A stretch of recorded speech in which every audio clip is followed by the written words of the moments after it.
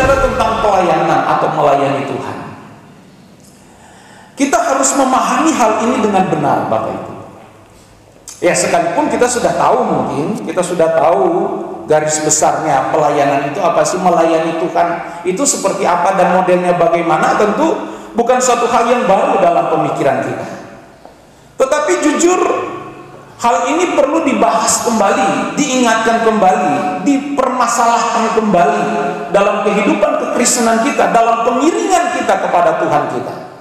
Karena kalau ini tidak kita sering-sering bahas atau sering-sering diingatkan, saya khawatir kekristenan kita adalah kekristenan yang salah arah. Pelayanan yang kita buat adalah pelayanan yang tidak tepat sasaran. Nah, ini dijauhkan Tuhan. Ini mengerikan, Bapak Ibu, mengerikan sekali. Nah, nanti kita bahas jauh, 1 jam atau 45 menit ke depan kita akan bahas tema ini. Nah, apa sebenarnya yang dimaksud dengan pelayanan kepada Tuhan atau pelayanan atau melayani Tuhan? Apa maksud? Apa inti dari pelayanan kepada Tuhan atau melayani Tuhan? Nah, Bapak Ibu, kalau kita mau jujur bahwa sudah terlanjur tertanam mengakar dalam benak kita, dalam pemahaman kita, dalam pikiran kita selama ini bahwa pelayanan atau melayani Tuhan adalah kegiatan di dalam lingkungan gereja. Ini pemahaman umum yang dipahami oleh kebanyakan orang Kristen sampai hari ini. Jika kita berbicara tentang pelayanan atau melayani Tuhan, maka itu yang terbangun dalam benak kita, dalam pemikiran kita adalah kegiatan yang terjadi atau yang kita lakukan baik langsung ataupun tidak langsung di dalam gereja, yang bersifat liturgi, yang bersentuhan atau bersifat pastoral, atau yang bersifat diakonia atau misi. Karena 4 hal ini pelayanan terbagi dalam 4 poin besar ini, yaitu liturgi, pastoral, diakonia, dan marturia atau misi. Nah, ini konsep pemahaman yang dipahami oleh banyak orang Kristen selama ini.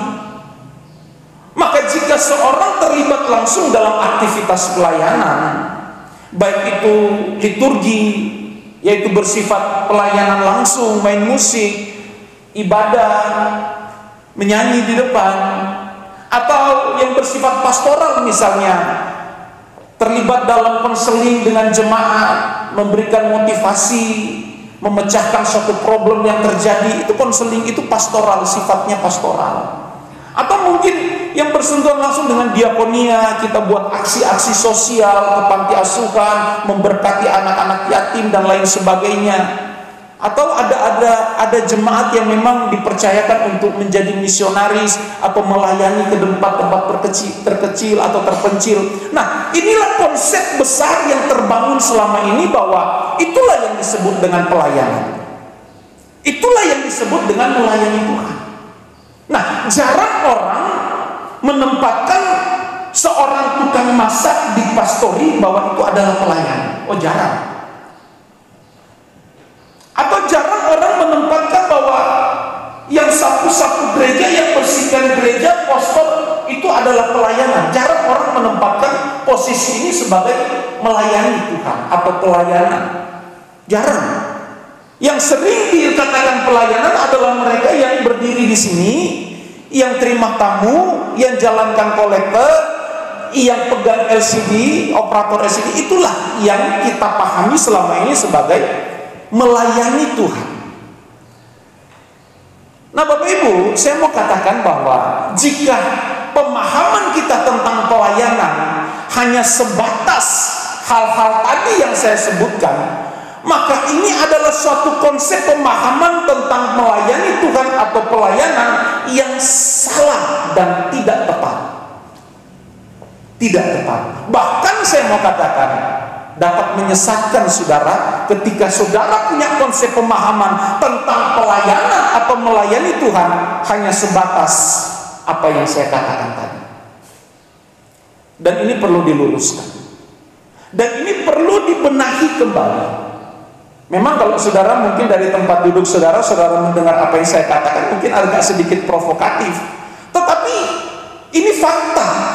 Ini kebenaran yang harus saya sampaikan secara benar, secara jujur, terbuka, detail, bahkan tajam saya mau katakan.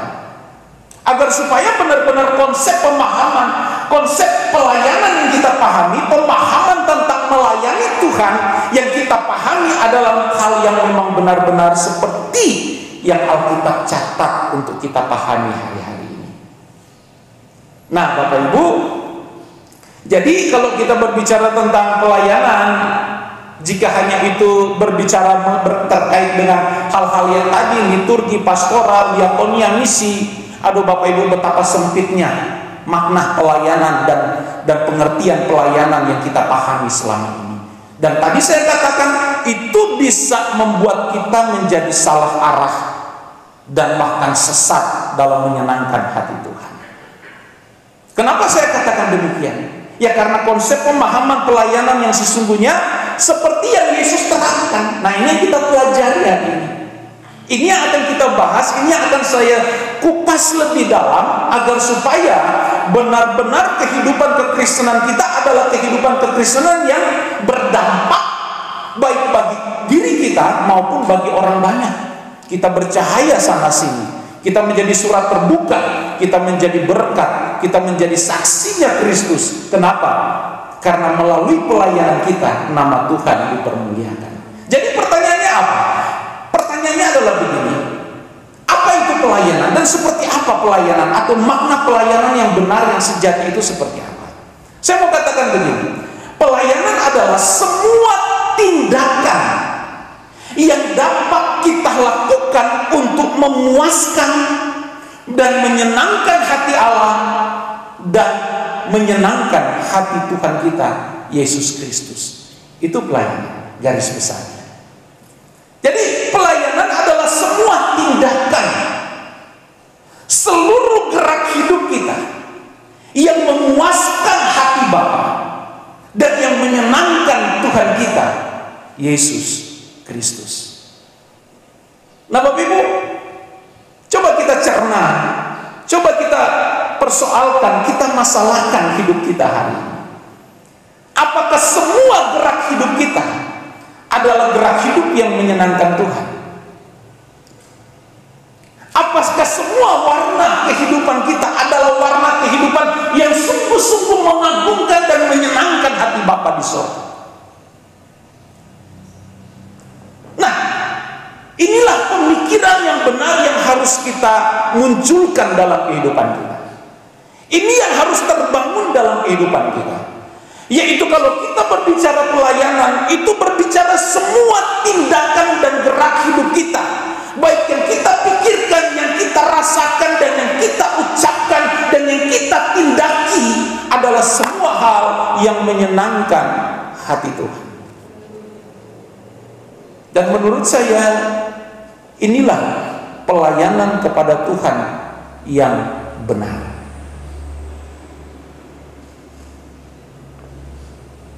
Dan jika ini suatu hal kebenaran bagi kita, maka saya mau mengajak kita jadikan hal ini sebagai definisi permanen dalam kehidupan kekristenan kita. Jika tidak demikian, maka sia-sia apa yang saudara kerjakan, sia-sia apa yang saudara buat. Harus jadikan ini sebagai definisi, sebagai pemahaman yang benar tentang konsep pelayanan kita kepada Tuhan. Yaitu pelayanan adalah setiap gerak hidup kita.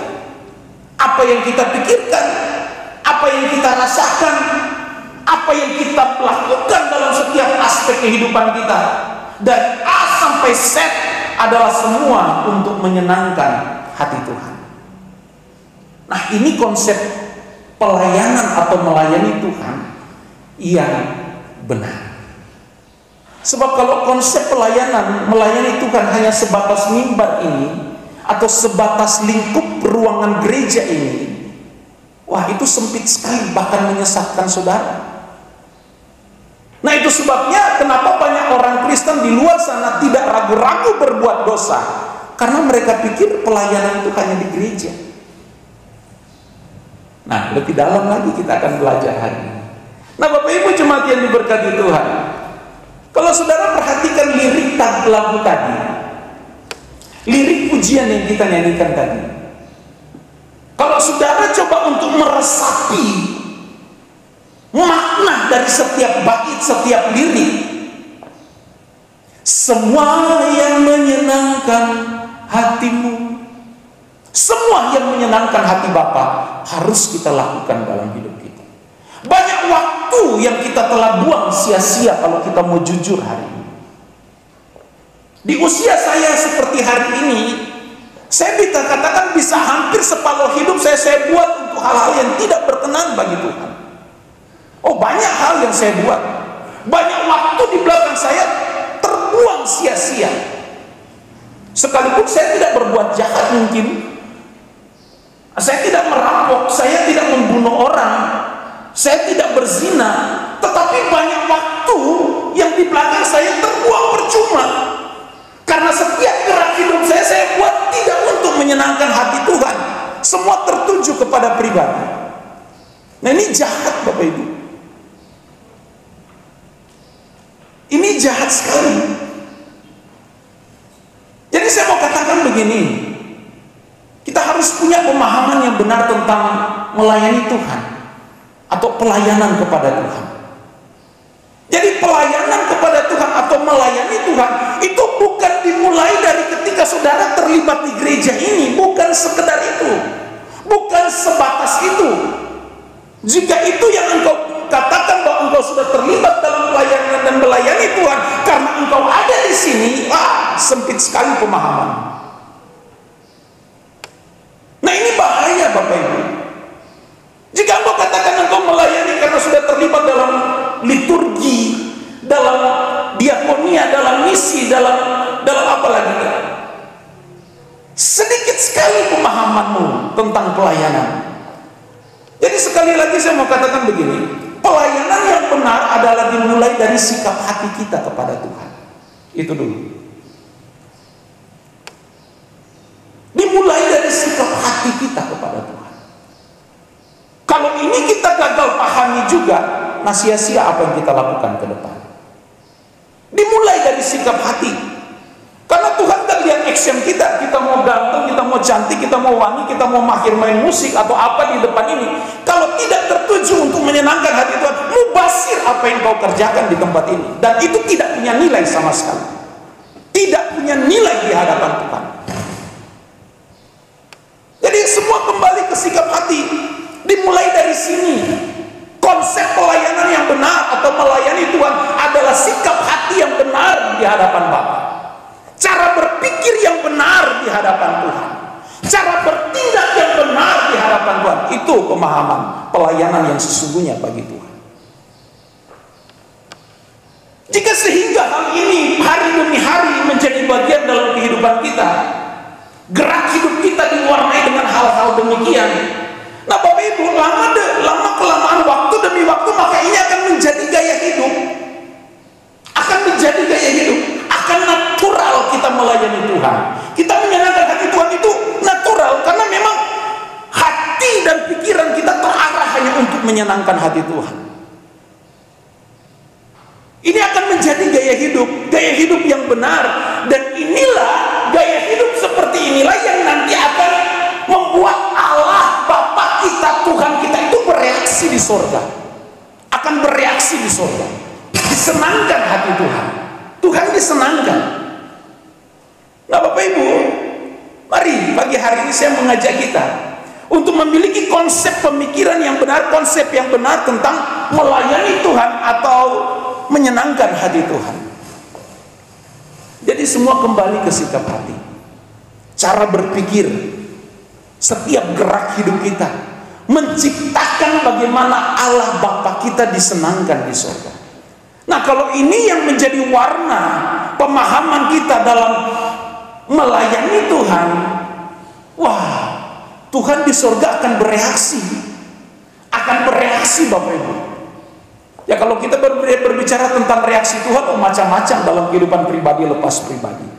Asalkan pola pikir kita itu benar, konsep pemahaman kita itu benar, hati kita itu tertuju untuk menyenangkan Tuhan. Nah, tadi saya katakan bahwa banyak waktu saya di belakang itu terbuang percuma. Sekalipun saya sudah melayani, saya tidak berbuat jahat, saya tidak merampok dan lain sebagainya. Tapi banyak hal di belakang saya yang saya anggap bahwa itu sia-sia. Karena segala sesuatu yang saya tindaki, saya buat, saya lakukan, itu mungkin Tuhan hanya sekian persen. Semua lebih tertuju kepada pribadi, dan ini jahat sekali Bapak Ibu. Dan Bapak Ibu tidak tahu. Hanya saya dan Tuhan yang tahu. Tapi hari ini saya mau membenahi diri. Dan saya mau mengajak kita, ayo kita punya pemahaman konsep melayani Tuhan itu yang benar. Seperti apa Bapak inginkan? Seperti apa yang Tuhan inginkan? Karena terkadang kita nggak sadar, kita setiap hari kita buat Tuhan itu kecewa melihat hidup kita. Karena kita lebih condong memperhatikan perasaan kita, lebih condong memperhatikan pribadi kita, lebih condong memperhatikan diri kita ketimbang Tuhan yang kita layani. Nah, kebenaran-kebenaran seperti ini perlu dikemukakan, perlu dibahas di tengah-tengah jemaat, agar supaya semua kita, baik saudara, baik saya secara pribadi, sama-sama kita berkenan di hadapan Tuhan. Dan segala tindakan kita di tempat ini bernilai di hadapan Tuhan. Nah Bapak Ibu, firman kebenaran pagi hari ini, ayo saya mengajak kita untuk ingat ini baik-baik. Jadikan ini sebagai hal yang permanen dalam kehidupan kita. Suatu definisi pemahaman yang benar tentang pelayanan atau melayani Tuhan seperti apa dan bagaimana. Kalau hamba Tuhan sudah tidak memahami ini dengan benar, maka dia lebih condong menjaga perasaan jemaat ketimbang menjaga perasaan Tuhan. Pasti itu.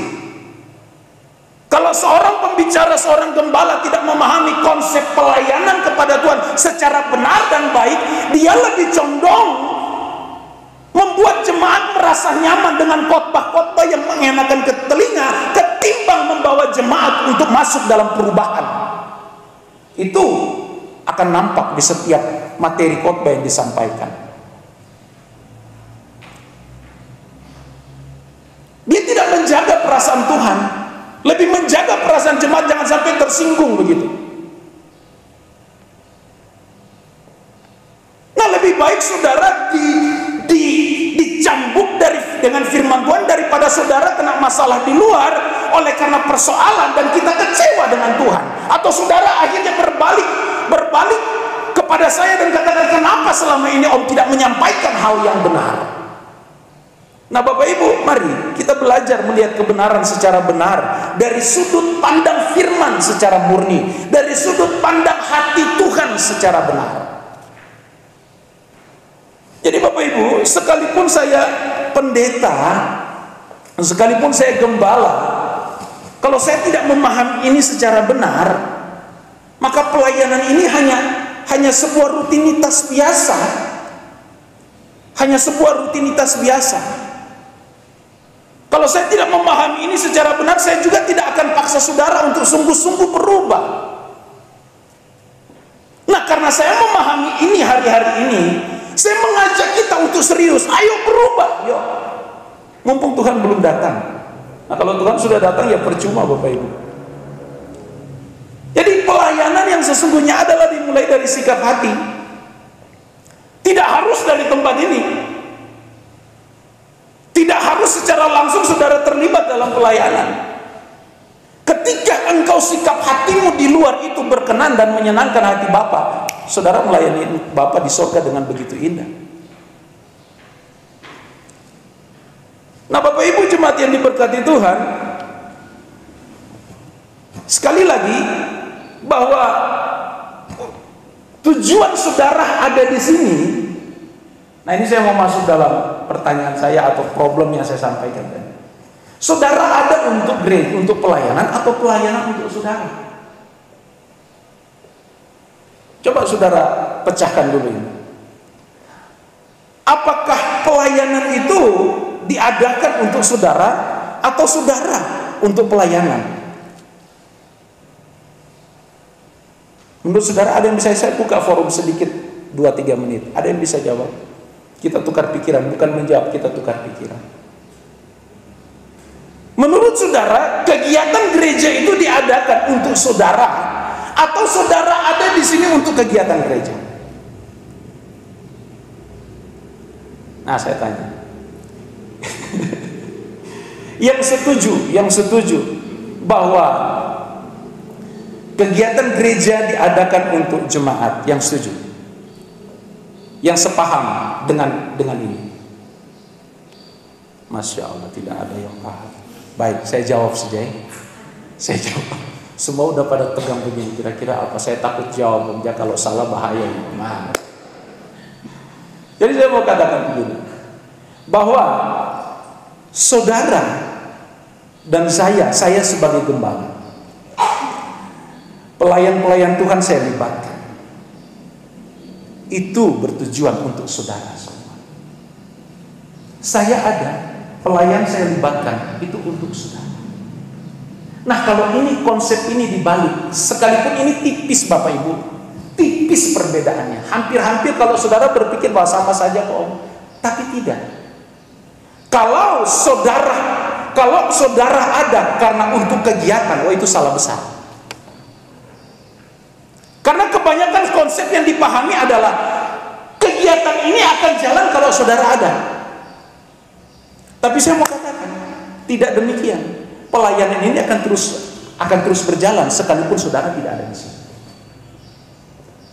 Jadi apa yang benar, Om? Saudara dilibatkan, saudara ada di sini untuk diubahkan. Jadi saya ada, pelayan dilibatkan untuk saudara. Untuk saudara agar supaya apa? Kita dibenarkan, kita diubahkan, kita dirubah memiliki pemahaman yang benar tentang setiap konsep kebenaran firman Tuhan. Jadi kegiatan gereja diadakan untuk jemaat, bukan jemaat untuk kegiatan gereja. Kalau jemaat untuk kegiatan gereja, maka di situ berpotensi apa, saudara? Berpotensi gembala akan lebih menjaga perasaan jemaat ketimbang menjaga perasaan Tuhan. Ya, saudara masih bingung kelihatan. Jadi saya mau katakan, kegiatan gereja, setiap kegiatan gereja, liturgi, diakonia, segala macam misi dan lain sebagainya, itu diadakan untuk saudara. Jadi bukan saudara untuk pelayanan, tapi saudara ada di sini untuk semua itu, untuk kemuliaan bagi nama Tuhan. Jadi kegiatan gereja diadakan untuk jemaat, bukan jemaat untuk kegiatan gereja. Jadi sekali lagi, kegiatan gereja diadakan untuk jemaat. Kalau kegiatan gereja diadakan untuk jemaat, maka orientasinya adalah untuk menyenangkan hati Tuhan.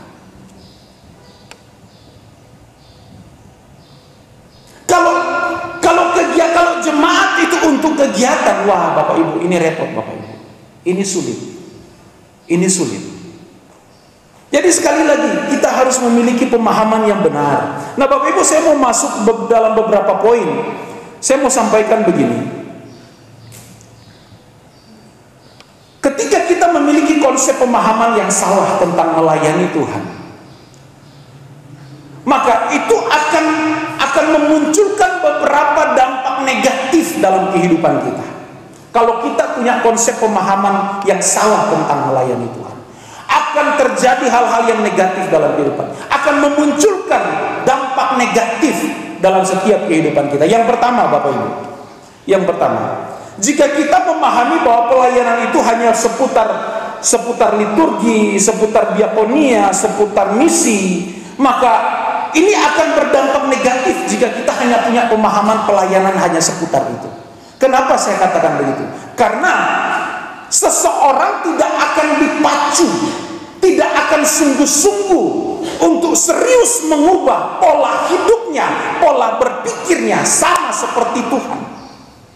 Dia pasti tidak akan serius, tidak punya semangat, tidak punya passion, tidak punya gairah untuk dia merubah kehidupannya, mengubah cara berpikirnya, gaya hidupnya sama seperti yang Tuhan inginkan. Nah ini, kalau konsep pemahaman kita hanya sekedar seputar mimbar ini dan lingkungan gereja. Kenapa saya katakan begitu? Karena Alkitab katakan begini, saya teringat dengan perkataan Paulus Roma pasal 12 ayat 2. Apa Paulus katakan di sana? Paulus katakan begini, jangan kamu menjadi serupa dengan dunia ini, tetapi berubahlah oleh pembaharuan budimu, sehingga kamu dapat membedakan mana kehendak Allah, apa yang baik, yang berkenan kepada Allah, dan yang sempurna.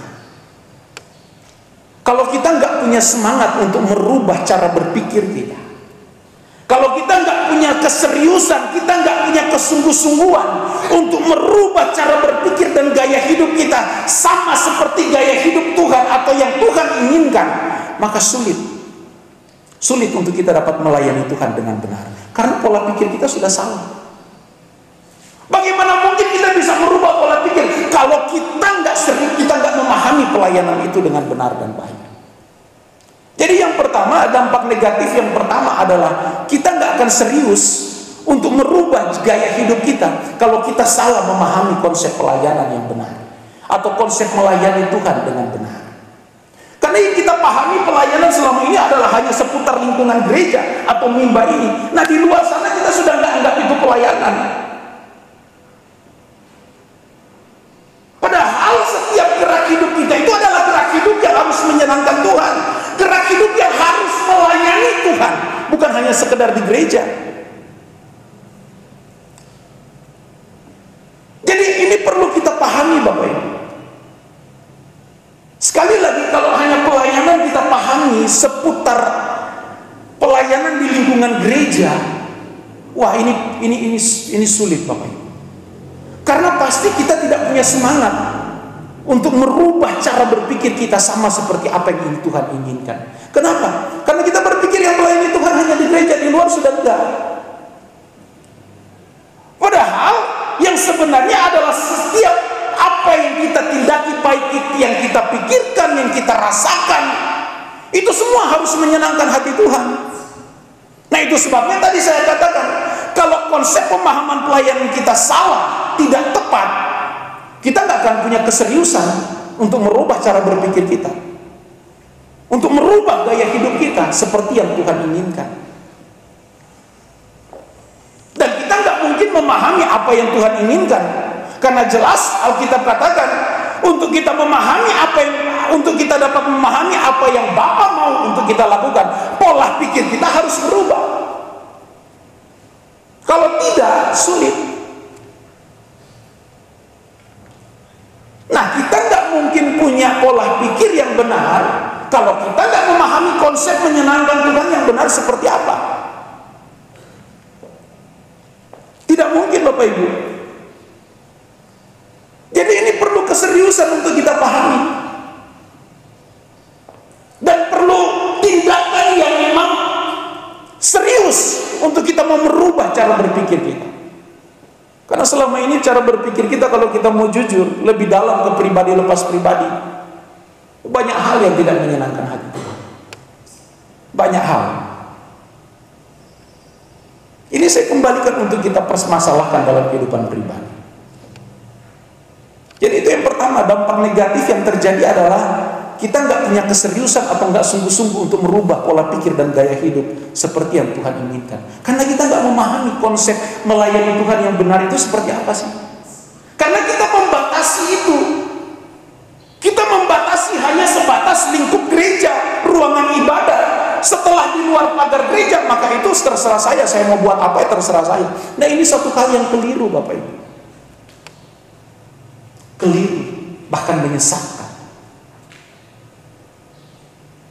Yang kedua, dampak negatif yang bisa terjadi dalam kehidupan kita. Jika pemahaman pelayanan hanya seputar lingkup ruangan gereja ini. Yang kedua, yang dapat terjadi dampak negatifnya adalah seseorang berpotensi besar untuk gagal menemukan panggilan Tuhan dalam diri pribadi lepas pribadi. Berpotensi besar. Bahkan tidak tertutup kemungkinan sampai mati dia nggak memahami apa panggilan Tuhan dalam kehidupan pribadi. itu seperti apa sih? Melayani Tuhan yang benar itu bagaimana? Ya karena yang dipahami selama ini adalah ketika kita terlibat di dalam gereja, maka itulah pelayanan. Bapak Ibu, ini sesat. Ini sempit sekali pemahaman seperti ini. Jadi yang kedua, saya katakan dampak negatif yang bisa terjadi dalam kehidupan kita jika kita salah memahami tentang konsep melayani Tuhan atau menyenangkan hati Tuhan adalah kita berpotensi besar untuk kita gagal menemukan panggilan Tuhan dalam hidup kita itu seperti apa. Dan banyak orang Kristen mati tanpa memahami panggilan Tuhan yang benar seperti apa. Nah, 1 Korintus pasal 10 ayat 31 katakan apa? Alkitab katakan, aku menjawab, jika engkau makan atau jika engkau minum atau jika engkau melakukan sesuatu yang lain, lakukanlah semuanya itu untuk kemuliaan Allah. Ayat ini sudah sering kali saya sampaikan. Jadi mari kita buang konsep pemahaman tentang pelayanan yang selama ini kita pahami itu sempit. Kita harus bisa melihat suatu konsep yang lebih besar hari ini. Suatu hal yang lebih besar. Bukan hanya ada di dalam gereja ini, tapi di luar sana. Itulah pelayananmu yang sesungguhnya. Jika engkau makan atau jika engkau minum, makan minum ini kegiatan hari-hari yang kita buat. Dan jarang orang Kristen mengakui bahwa makan minum ini harus kita lakukan untuk menyenangkan Tuhan. Jarang loh kita melihat hal ini sebagai kebenaran. Nah, kalau mau makan ya makan aja, mau minum ya minum aja. Itu konsep kita. Ya cukup berdoa haleluya, puji Tuhan, Tuhan berkati makan minum, amin. Tapi Alkitab ajarkan bahwa makan minum pun kita harus lakukan semua itu untuk memuliakan Tuhan. Coba saudara renungkan. Makan minum pun diatur semua untuk menyenangkan Tuhan.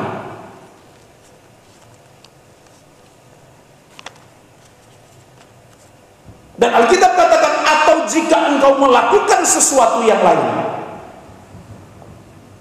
semua untuk kemuliaan nama Tuhan. Bapak Ibu, mungkin saudara menganggap ini biasa-biasa saja, tetapi saya mau katakan ini suatu poin yang serius yang perlu kita permasalahkan dalam hidup kita. Karena kita akan tidak mungkin dapat menemukan panggilan Tuhan dalam hidup kita kalau kita nggak memahami hal ini. Bahwa setiap gerak hidup kita adalah gerak hidup yang harus menyenangkan hati Tuhan. Jangan sampai kita gagal dan kita tidak menemukan panggilan Tuhan dalam diriku itu apa sih? Bapak Ibu sebagai seorang usahawan, temukan panggilan Tuhan di dalam panggilanmu. Bukan harus terlibat di sini.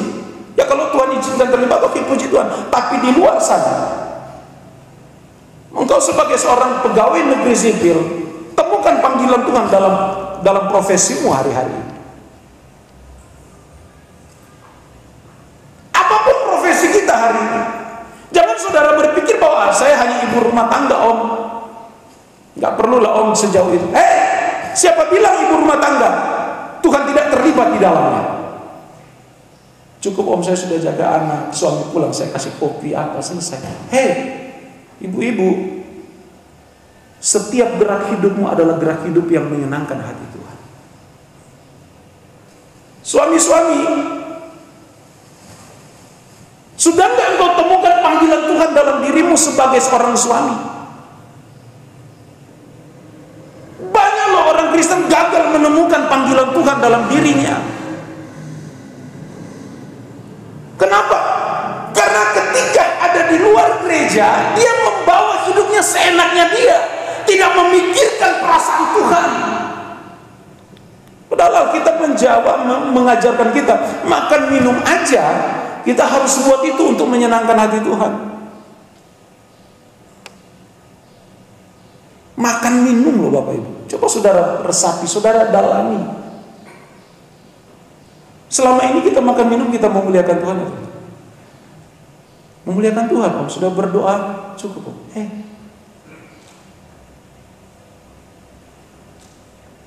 Ingat kesehatan.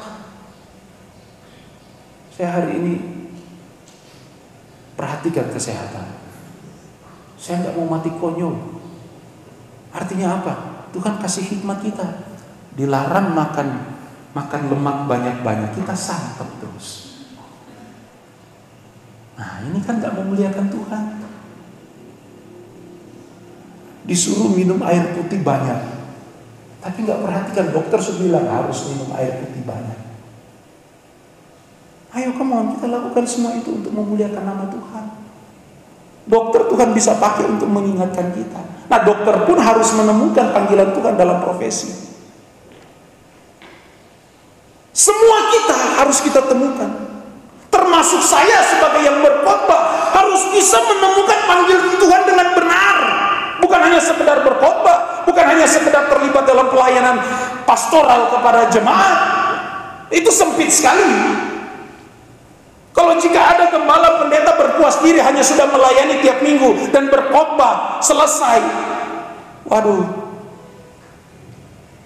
itu sebabnya banyak pendeta yang diserempet iblis langsung jatuh di luar sana. Kenapa? Karena tidak memahami konsep pelayanan dengan benar. Dia pikir melayani Tuhan hanya sekedar berkhotbah dan jadi gembala jemaat cukup, tidak jaga diri di luar. Iblis nggak mau tahu, mau pendeta, mau jemaat, dia lihat ada celah, dia tabrak, dia hancurkan. Jadi Bapak Ibu, dampak negatif yang bisa terjadi ketika kita gagal memahami konsep melayani Tuhan, kita berpotensi untuk tidak menemukan panggilan Tuhan secara benar dalam kehidupan kita. Nah, ini berbahaya sekali dan ini mengerikan. Jadi pemikiran-pemikiran yang salah tentang pelayanan selama ini kita pahami. Konsep pelayanan yang selama ini kita pahami sempit, ayo kita buang itu semua. Tinggalkan. Kita harus memiliki konsep yang besar tentang melayani Tuhan, atau konsep yang utuh tentang bagaimana menyenangkan hati Tuhan, yaitu seluruh gerak hidup kita. Apa yang kita pikirkan, apa yang kita rasakan, apa yang kita tindakan, semua untuk melayani Tuhan. Tidak bisa sebagian-sebagian, harus semua. Karena di setiap profesi yang Tuhan percayakan bagi saudara, sebenarnya Tuhan sedang menempatkan saudara untuk menyenangkan hatinya. Tapi sayang, banyak orang Kristen gagal. Nah, saya tidak mau di antara kita atau jemaat Tuhan di sini gagal menemukan panggilan Tuhan dalam kehidupannya melalui setiap profesi yang Tuhan percayakan. Jangan sampai engkau gagal, Bapak Ibu. Kita semua ini misionari-misionari. Jangan saudara berpikir misionari mereka yang hanya dipanggil Tuhan untuk masuk ke pedalaman dan menyampaikan firman. Ada orang-orang seperti itu yang memang punya panggilan khusus. Tetapi bagi saudara juga ada panggilan khusus dari Tuhan. Saudara ada misionari. Misionari itu apa sih? Pembawa berita kebenaran, menyampaikan Injil Kristus. Nah, di profesimu saudara bisa menjadikan itu sebagai ladang untuk saudara menyampaikan kebenaran. Saudara misionari. Bukan harus pergi ke desa-desa, ke tempat terpencil. Itu panggilan khusus. Ada orang-orang yang memang Tuhan panggil seperti itu. Tapi bagi kita pun harus menjadi misionarinya Tuhan, harus jadi saksinya Tuhan. Jangan saudara menganggap remeh profesi saudara bahwa itu Tuhan tidak ada. Oh, Tuhan ada di dalam segala sesuatu. Jadi mari kita berpikir yang baik hari ini. Yang ketiga, jika kita hanya memahami pelayanan hanya seputar liturgi, hanya seputar misi, hanya seputar diakonia, akan berdampak negatif. Hal yang ketiga yang perlu saya katakan adalah dapat membawa kita untuk menyalahgunakan pelayanan yang Tuhan percayakan dalam kehidupan kita. Oh, apalagi saya pribadi. Kalau saya tidak memahami konsep pelayanan dengan benar, maka akan berpotensi besar saya menyalahgunakan kepercayaan Tuhan di tempat ini secara pribadi atau kelompok kroni-kroni saya yang melayani. Oh, itu berpotensi besar, Bapak Ibu. Kalau saya tidak memahami konsep pelayanan dengan benar. Ini saya bisa jadikan ladang untuk berburu uang. Nah, di status saya katakan itu. Jangan jadikan pelayanan tempat atau ladang perburuan uang, tapi pelayanan adalah tempat di mana kita merubah jiwa-jiwa sama seperti Kristus. Harus itu. Nah, ini poin ketiga, ini saya mau berbicara tentang pribadi saya. Maka dari itu saya selalu katakan di tempat ini, saudara bisa meneropong saya. Saudara bisa teropong saya. Jika ada hal yang mulai keluar batas, mulai keluar pagar, jangan sungkan bicara sama saya. Please. Malah itu untuk membangun kebaikan pelayanan di tempat ini. Bahkan setiap mereka yang terlibat di sini, saudara teropong satu persatu. Kalau ada yang nggak beres, kasih tahu saya. Kita selesaikan dengan cara saksama dan dalam tempo yang sesingkat-singkatnya untuk kebaikan pelayanan di sini. Saudara bebas. Saudara monggo, saya beri waktu, saya beri kesempatan. Saudara lihat kami di sini. Jangan sampai kami sudah mulai salah jalan. Nah, saudara biarkan karena pikir saudara jaga hati, jangan sampai Om Gembala tersinggung. Waduh, saudara bikin saya lebih rusak itu. Saudara buat saya lebih rusak itu. Kalau saudara saya yang salah, kalau saudara sayang saya, tegur saya. Dengan mereka yang ada di sekitar kiri kanan saya ini. Tegur, kasih tahu saya. Untuk apa? Untuk supaya kita bisa menyenangkan hati Tuhan secara benar dan baik. Dasar kebenaran firman Tuhannya di mana, Om? Nah, saudara ingat ketika Yesus obrak-abrik bait Allah. Itu menjelang hari Paskah, perayaan Paskah orang Yahudi. Itu orang-orang Yahudi yang ada di tempat-tempat lain, itu pada hari raya itu semua harus kumpul di bait Allah. Suatu rutinitas yang mereka lakukan setiap tahun. Dan dalam perayaan itu setiap orang Yahudi dari mana-mana tempat itu bawa korban persembahan bakaran, bawa kambing, domba dan lain sebagainya untuk dibakar di bait Allah. Nah, kalau ada hewan-hewan yang cacat menurut penilaian para imam bait Allah, maka itu tidak bisa dipakai. Maka untuk mempermudah supaya orang-orang Yahudi itu nggak capek bawa bawaan yang banyak, maka disediakanlah di halaman bait Allah. Jadi semua hewan-hewan yang akan dipersembahkan sebagai korban itu yang ada di bait Allah sudah dicap halal oleh petinggi-petinggi orang Yahudi, oleh para ahli Taurat dan imam-imam kepala hari itu. Mau dia cacat ya mau tidak, yang penting di bait suci halal. Bukan soal jual belinya yang salah. Karena memang itu sudah berlangsung. Sebelum Yesus ada, hal itu sudah berlangsung. Tapi yang Yesus tidak setuju adalah sikap hati dari para imam kepala, yang sudah memanfaatkan itu untuk kepentingan kelompok mereka. Ini yang Yesus tidak mau. Yesus bongkar semua. Jadi bukan soal jual beli, karena jual itu sudah berlangsung lama sebelum Yesus ada. Tapi yang Yesus tidak inginkan, yang Yesus tidak setuju adalah cara dari imam-imam kepala, cara dari orang-orang Yahudi, ahli Taurat yang dipercayakan untuk mengatur, menata semuanya itu. Mereka punya motivasi yang salah tentang itu, mengambil keuntungan lebih daripada apa yang sudah ditetapkan. Ini yang Yesus tidak mau. Nah, saya teringat suatu perkataan seorang pakar hukum. Dia seorang lawyer, pengacara. Dia katakan begini,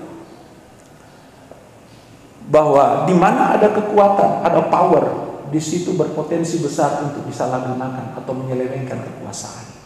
Itu dunia sekuler, dunia hukum, dunia di luar sana. Dan saya mau katakan itu pun bisa terjadi di gereja kalau kita tidak punya pemahaman yang benar tentang melayani Tuhan seperti apa. Saya berpotensi untuk menyalahgunakan hak wewenang yang Tuhan percayakan melalui saudara. Oh, saya buat jahat, saudara nggak bisa deteksi kalau saya buat. Apalagi sudah berbicara atas nama Tuhan. Wah, ini repot. Ini repot waktu itu. Nah, ini menjadi kehati-hatian kami sebagai hamba Tuhan, terutama sebagai pribadi saya melayani di tempat ini. Waduh, dijauhkan Tuhan.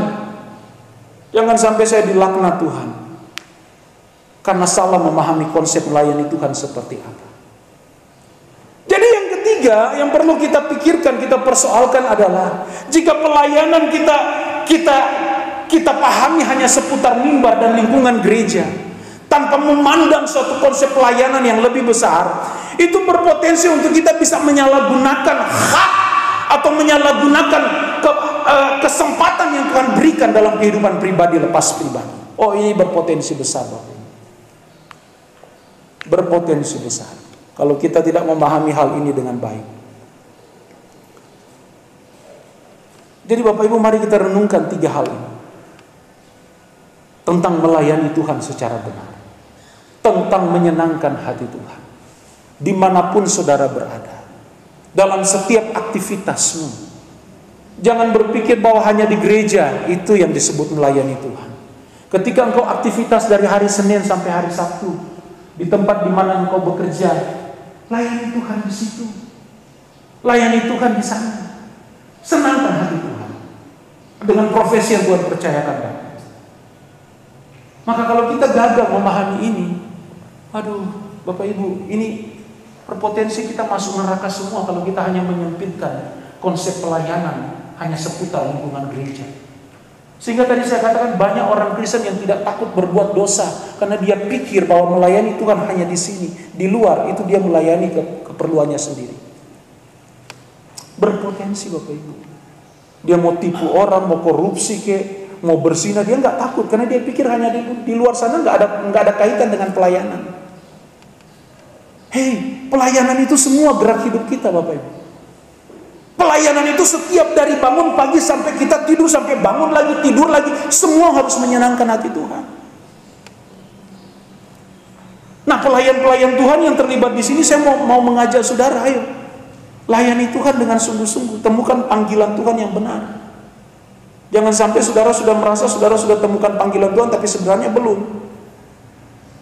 Karena setiap gerak hidupmu adalah gerak hidup yang tidak menyenangkan hati Tuhan. Hanya sekedar melayani kita kelihatan kusuk, kelihatan suci, kudus, tapi di luar kita hidup amburadul. Nah, ini bahaya Bapak Ibu. Ini bahaya. Jadi kita harus hati-hati dalam segala perkara. Bapak Ibu, satu hal yang perlu saya bawa untuk kita pahami. Jadi kita harus, setiap langkah hidup kita, gerak hidup kita itu harus waspada di dalamnya. Harus hati-hati di dalamnya. Karena iblis tidak menunggu saudara nanti membunuh baru dia masuk dan menggoda saudara, enggak. Saudara buka celah sedikit aja dengan cara berpikir jorok, cara berpikir kotor, dia goda saudara di situ. Nah, ini hati-hati. Jadi konsep pemahaman tentang melayani Tuhan itu indah sebenarnya. Yaitu apa? Menyenangkan hati Tuhan dalam setiap gerak hidup kita. Setiap apa yang kita pikirkan, apa yang kita rasakan, apa yang kita tindaki, baik perkataan, baik kekuatan, baik segala sesuatu, kita lakukan itu untuk menyenangkan Tuhan. Jangan saudara batasi pelayanan itu hanya di mimbar gereja. Tapi ayo miliki konsep pemahaman yang utuh, yang benar, yang utuh, yang besar tentang menyenangkan dan melayani Tuhan. Di luar sana itulah tempat di mana saudara membuktikan aku melayani Tuhan. Jangan hanya di sini. Di luar sana juga harus diperhatikan.